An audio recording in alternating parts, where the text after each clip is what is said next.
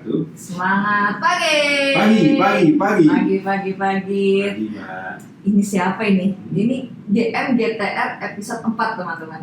Teman-teman semua di seluruh Indonesia, rekan-rekan AM, rekan-rekan Hero yang ada di Vital seluruh Indonesia, selamat datang nih di GM GTR episode 4. Tentu saja nih, nggak sendiri dong ya kan. Di sini sudah ada mas-mas. Dia nggak mau dipanggil bapak-bapak Masih muda, Mbak. Kita harus manggilnya mas. Iya. Ada Mas Reza, Mas Thank you, Mbak Reza, Dita. selamat datang Halo. nih di GM GTR episode 4 ya kan. Mas Reza, sebelum kita ke materi, Oke. kenalan dulu dong. Boleh, pasti Pak. Jadi saya perkenalkan, nama saya Reza. Saya dari PINS. Jadi PINS itu 100% Telkom Group. Jadi sejak tahun 95 ya. Jadi saya masih kecil tuh 195. Jadi 100% Telkom Group yang diamanai menjalankan portofolio premises equipment dan IoT tentunya. IoT teman. Wah, Oke. udah muncul nih kata-kata IoT-nya udah muncul. Tahan, ya kan? Oke, Tahan. siap. Jadi sebenarnya mungkin kita rewind sedikit ya teman-teman. Kalau dengar kata IoT atau mungkin udah baca judulnya nih kan, smart energy dan sebagainya, mungkin udah sering lah dengar atau mungkin ikut webinar, ikut paparan-paparan. Di sini tuh sebenarnya di podcast ini kita mau ngobrol santai ya Mas Reza ya. Ya. Ngobrol santai, terus kita coba format yang berbeda deh, siapa tahu menambah insight-insight nih Mas Reza. Betul sekali. Nah kita juga terima kasih nih Mas Reza sudah mau datang, meluangkan waktunya kan untuk datang ke podcast ini. Kita ngobrol santai, mudah-mudahan nanti bermanfaat buat teman-teman semua, buat saya juga sih, saya juga masih belum ini ya kan, saya juga Sama-sama Mbak, terima kasih juga dari saya dan PINS. Siap, oke. Tadi Mas Reza ada nyebut IoT. Ya. Mas, apa tuh Mas? IoT, ada Iya. IoT, ada smart energy. Ini dua ini berbeda katanya. Hmm. Positioningnya gimana? Oke, jadi kalau dari kami dari PINS, IoT ini sebuah amanah ya dari Telkom Group. Jadi di Telkom Group itu Telkom tentunya sebagai prinsipal, jadi menunjuk beberapa anak perusahaannya, salah satunya adalah PINS, untuk fokus membantu kebutuhan customer Telkom Group, khususnya untuk kebutuhan IoT atau otomatisasi. Nah, boleh oke. nyala dikit ya? Boleh, Jadi kan kebetulan aku AM juga nih Mas. boleh. Ya kan, kita tuh kan kalau kerjaan di AM itu kalau enggak bantuin dia meningkatkan revenue, ya kan, Yes. itu menurunkan cost, Ya. benar nggak? Atau mungkin biasanya sih ada juga tuh simplifikasi proses bisnis misalnya gitu kan, atau operasionalnya mereka. IoT ini di mana? Menarik sebenarnya. Jadi IoT ini bergerak, kalau dari PINS sendiri, bergerak dari kebutuhan kami, melihat kebutuhan dari customer Telkom Group, berdasarkan customer kami di segmen smart building. Smart building. Ya, jadi smart building itu ada Ada lagi teman-teman, satu istilah lagi. Iya. Smart apa? IoT, smart energy, dan ada di smart building. Oke, Coba jadi lanjut. smart building itu sebenarnya adalah kalau dari Telkom Group Ah. biasanya fokus di penyediaan ICT-nya, dari mulai infrastruktur network, Oke. terus facility-nya, Hmm. lalu security-nya, sampai building administration system. Ini biasanya di ini ya, apa sih? Gedung Lintas tinggi, satu, high rise tinggi. building gitu Ya, ya, benar ya? kalau kita lihat contoh gampangnya di TLT lah. Oke, benar. Langsung ya. Iya. Ya, siap. Gitu. Jadi Telkom Group fokus di penyediaan ICT untuk bantu kebutuhan di building. Awalnya. Oke. Jadi setelah itu lihat ternyata kebutuhan efisiensi energi atau smart utilities atau smart energy itu tidak hanya di building saja, banyak juga seperti di kawasan atau di kebutuhan customer lain itu bisa menjawab painfulnya mereka. Berarti awalnya smart building, Yes. paket di smart building gitu kali ya? Iya. Terus berarti smart energy ini sebenarnya adalah bagian, cuman karena memang juga dibutuhkan oleh yang lain. Iya. Jadi ini bisa dibawa gitu ya? Iya, bisa berdiri sendiri jadi solusi yang terpisah. menjawab. Akan menjawab kebutuhan saat ini di Iya. pandemi ini gitu kan Mas ya? Betul. Pasti di mana-mana Butuh otomatisasi, otomatisasi, reduce efisiensi. cost kan, Iya. cost leadership dan sebagainya. Oke, lanjut ya Mas. Ya. Kita fokus ya. Iya. Nanti kalau ngomongin smart building bisa dibaca Waduh. podcast kita. Panjang Mak. Nanti Bisa susah ya. dikenal di sini. Gimana kan kita fokus nih Mas ke smart energy. Oke. Gambaran lagi Mas, gambaran dulu, jangan panjang-panjang dulu. Smart Oke. energy itu apa? Jadi smart energy ini fungsi atau tujuannya adalah Nah. efisiensi tadi yang Mbak sempat bilang, efisiensi operasional Apa ataupun coba? efisiensi cost. Tujuannya di dua itu aja. Hmm. Jadi tinggal milih itu. Jadi tujuannya mau apa? Hmm. Mau reduce cost atau reduce atau optimalisasi proses bisnis tadi. Optimalisasi itu dua pilihan berbeda berarti. Dua yang berbeda, tapi akhirnya juga pasti akan berimpact pada cost. Ada cost. Menarik karena nggak tahu ya kalau 2 tahun terakhir ini benar-benar misalnya kita jadi AM tuh kan jualan tuh kayak susah gitu ya Betul. karena alasannya pandemi Betul. ya kan. Iya. Memang teman-teman di perusahaan gitu customer pas pada wait and see Yes. untuk manajemen untuk ya itu tadi ya cost efisiensi dan Betul. sebagainya. Di sini IoT hadir. Smart energy hadir. Betul. Oke mas, smart energy ada macam-macamnya nggak? Karena kalau aku kepikiran energi itu awalnya kayak apa ya, listrik doang. Nah, betul banget, Mbak. Ha-ha. Jadi energi itu kalau kita lihat, ya memang pasti kita lihat ya, Iya. itu efeknya di listrik aja. Tapi sebenarnya kalau dari PIN sendiri, itu kita punya 3 fokus untuk smart energy. Nah, listrik salah satunya, yang keduanya ada gas, dan yang terakhir ada air. Gas di sini gas masak lagi. Oh iya, betul. Gitu ya. Ya, salah satunya untuk gas, untuk biasanya kan kalau semacam restoran, nah restoran kan biasanya dia beli langsung gasnya Yang sudah terdistribusi Pak gitu ya? Pak, gitu. Oh. Nah, itu salah satunya bisa kita Oke. implementasikan smart energy. Smart energy ada 3 Iya. tips. 1 listrik, 2 gas, 3 air. Air. Sampai sekarang nih, Hmm. Mas, Hmm. setiap bulan itu ada yang datang ke rumah Betul. buat nyatet. Itu bukan yang dimaksud. Nah, itu tadi salah satu fungsi dari smart energy adalah Nah. optimalisasi proses bisnis Proses atau bisnis. operasional ya. Nah, kita tidak menghilangkan itu, Hmm. hanya merubahnya menjadi proses digital. Kita Hmm. membantu proses tersebut jadi proses digital, otomatisasi, dan real time monitoringnya. Hmm. Jadi orang yang tadi yang biasanya keliling Hmm. itu nanti ditarik ke kantor aja gitu, jadi dia monitoring. Nanti nggak perlu lagi. Nggak perlu lagi. Oke. Jadi penggunaan air tiap penghuni itu udah Ah. kelihatan tuh. Jadi tiap bulan, nih Mbak Dita berapa nih penggunaannya, Iya. itu udah bisa Dan terlihat. itu real dong ya. Real. Dan Nggak ada apa potensi fraud itu berkurang iya, drastis dong. betul, betul. Oke, siap. Kebayang. Kalau listrik tadi gimana? Nah, kalau listrik ini menarik. Ah. Jadi listrik ini variabelnya banyak sekali sih. Karena jenis perangkat listrik kan banyak ya. Jenis perangkat listrik banyak. Contoh kayak di rumah aja lah. Atau banyak di rumah Kalau ya. di office deh, Di toko contohnya. ya, di toko, di retail toko atau fast food lah ya. Fast food. Jadi fast food ini dia punya perangkat semacam chiller atau freezer, terus punya AC, punya lampu kan pasti. Iya. Nah, ini penggunaannya setiap orang masih beda-beda. Orang contoh kayak orang nutup freezer rapat atau enggak itu mempengaruhi penggunaan listrik. Karena bocor ya dia. Iya, jadi semakin Oh. lama freezer terbuka, Penggunaan perangkat listrik? ini akan semakin mengkonsumsi makin banyak gitu listrik. Apalagi kalau nggak ada yang tahu. Betul. Apalagi kan Oke. tipis-tipis nih. Nah, Jadi yang tadinya di set minus 12 derajat, karena terbuka sedikit, akhirnya kompresornya akan naik makin kerja ya. makin keras.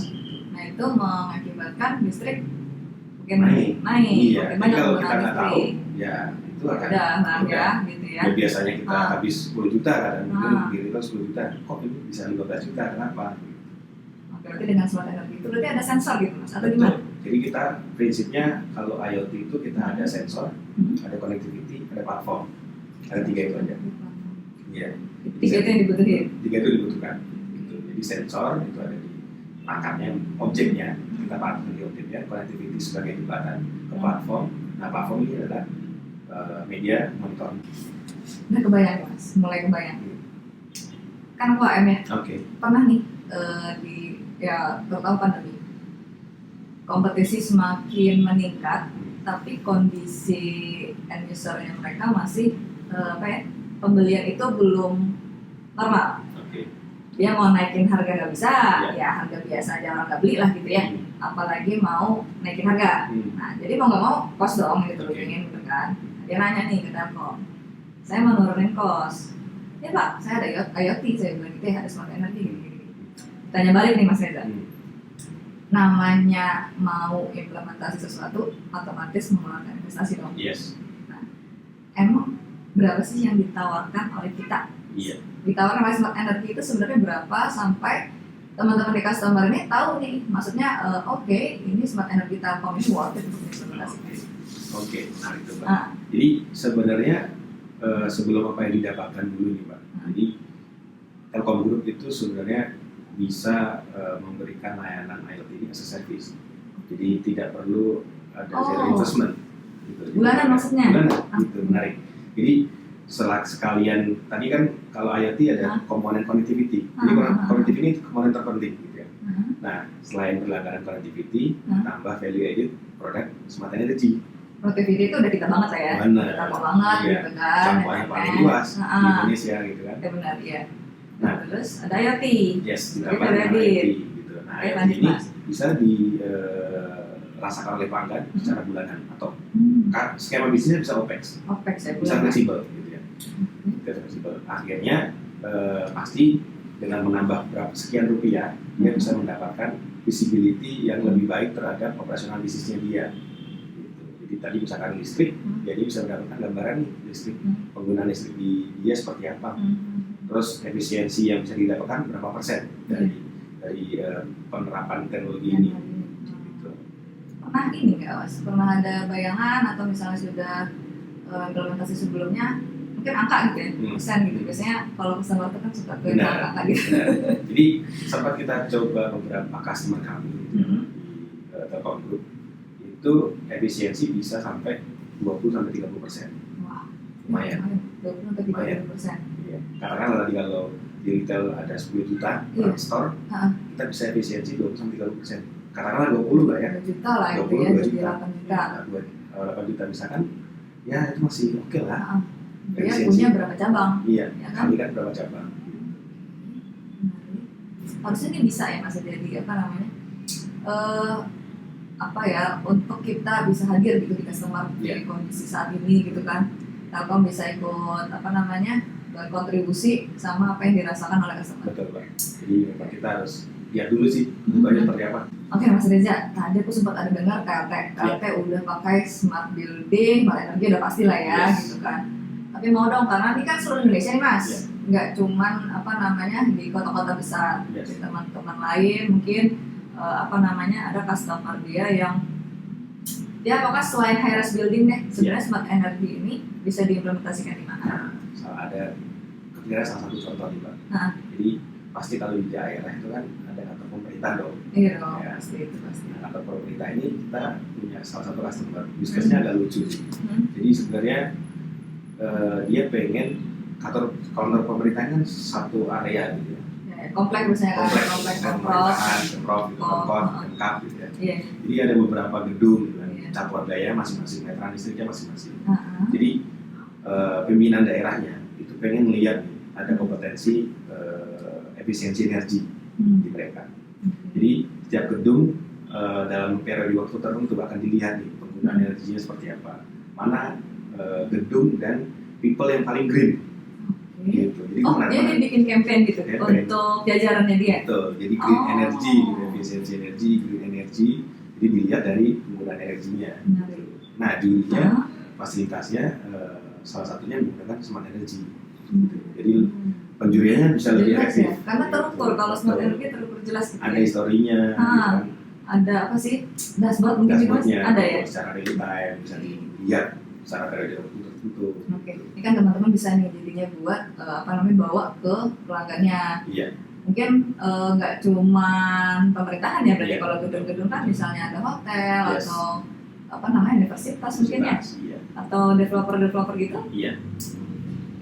Jadi oke, smart energy itu termas nggak cuma di high building. Karena terserah aku pun awalnya kepikirnya paling worth it cuma di high building gitu kan, high rise building. Ternyata enggak ya? Enggak. Iya. Jadi luas, setiap yang menggunakan energi baik itu listrik, air atau gas itu bisa kita lakukan efisiensi. Ya, sekitar 20-30%. Menarik ya teman-teman ya. Sebenarnya ini tuh wah banget gitu ya. Future mungkin is now gitu. Future is now. Ya inilah memang saat-saat IoT ini. Dan kita di sini tugasnya ya memang ada pelanggan yang mungkin udah tahu duluan, sudah one step ahead gitu maksudnya. Mereka yang datangin kita gitu. Tapi kenyataannya banyak juga yang belum melek. Nah mungkin disinilah peran kita gitu maksudnya.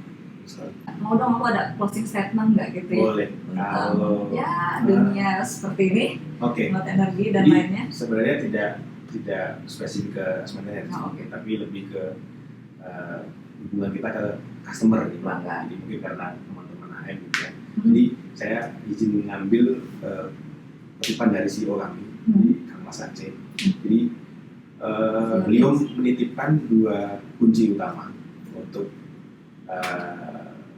kita supaya sukses atau sustain di bisnis ya. Gitu. Di era pandemi ini. Yang pertama adalah empati. Jadi kita harus dengar dulu nih painfulnya apa, customer, kita ngobrol dulu tadi kan, ngobrol dulu sebenarnya keinginan dia apa gitu.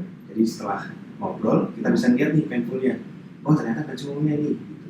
Yang dibutuhin gitu. Jadi kita lihat solusinya paling tepat apa gitu. First principle thinkingnya apa. Saya ambil contoh nih Mbak, kayak di Jakarta nih, Jakarta macet. Jadi Mbak ngerasain tiap hari macet nih, solusinya transportasi umum nih. Ya biasanya gitu ya kan, sudah. Nggak usah pakai pribadi lah, transportasi umum aja. Ternyata nggak cukup, gitu kan. Jadi beberapa tahun ke belakang kita lihat ada solusi yang cukup inovatif gitu ya. Jadi cukup menjawab painful kita. Jadi transportasi sharing. Jadi itu salah satu gimana kita mendengar dulu customer, baru kita tahu nih sebenarnya kebutuhan mereka itu apa. Gitu. Terima kasih luar biasa, selalu dong untuk Mas Reza. Thank you Mas ya sudah datang nih ke GMGTR podcast GMGTR ya, sharing-sharing lah gitu ya ke teman-teman. Sama-sama. Aku pun gitu ya, aku pun sebagai host di sini bukan udah tahu, justru belajar banyak nih dari Mas Reza. Sama-sama Mbak, saya juga belajar banyak dari teman-teman. Oke teman-teman semua, teman-teman AM, teman-teman Hero seluruh Indonesia. Mungkin itu dulu yang kita diskusikan saat ini, tapi yang jelas Mas Reza ini bisa ditemuin di mana Mas? Ya, saya bisa ditemuin di TLT. TLT, oke. TLT 42. TLT Pins ya? Iya. Oke. Jadi bisa langsung kontak ke TLT 42 atau ke teman-teman PIS yang ada di area. Oke, oh di area juga ada. Ada dong. Ya di kita PIS. jangkauannya luas lah ya. Iya. Oke, begitu dulu. Nanti untuk detail kontak bisa lihat di bawah ya. Oke. Terus untuk next episode mau dong di komen. Kira-kira dari teman-teman mungkin ada apa nih yang mau di-share, atau misalnya ada pelanggan yang ada kain apa, siapa tahu di sini kita bisa bantu ya kan untuk episode-episode selanjutnya, sharing-sharing selanjutnya. Oke, sekian. Selamat sore. Assalamualaikum warahmatullahi wabarakatuh. Waalaikumsalam warahmatullahi wabarakatuh. Bye.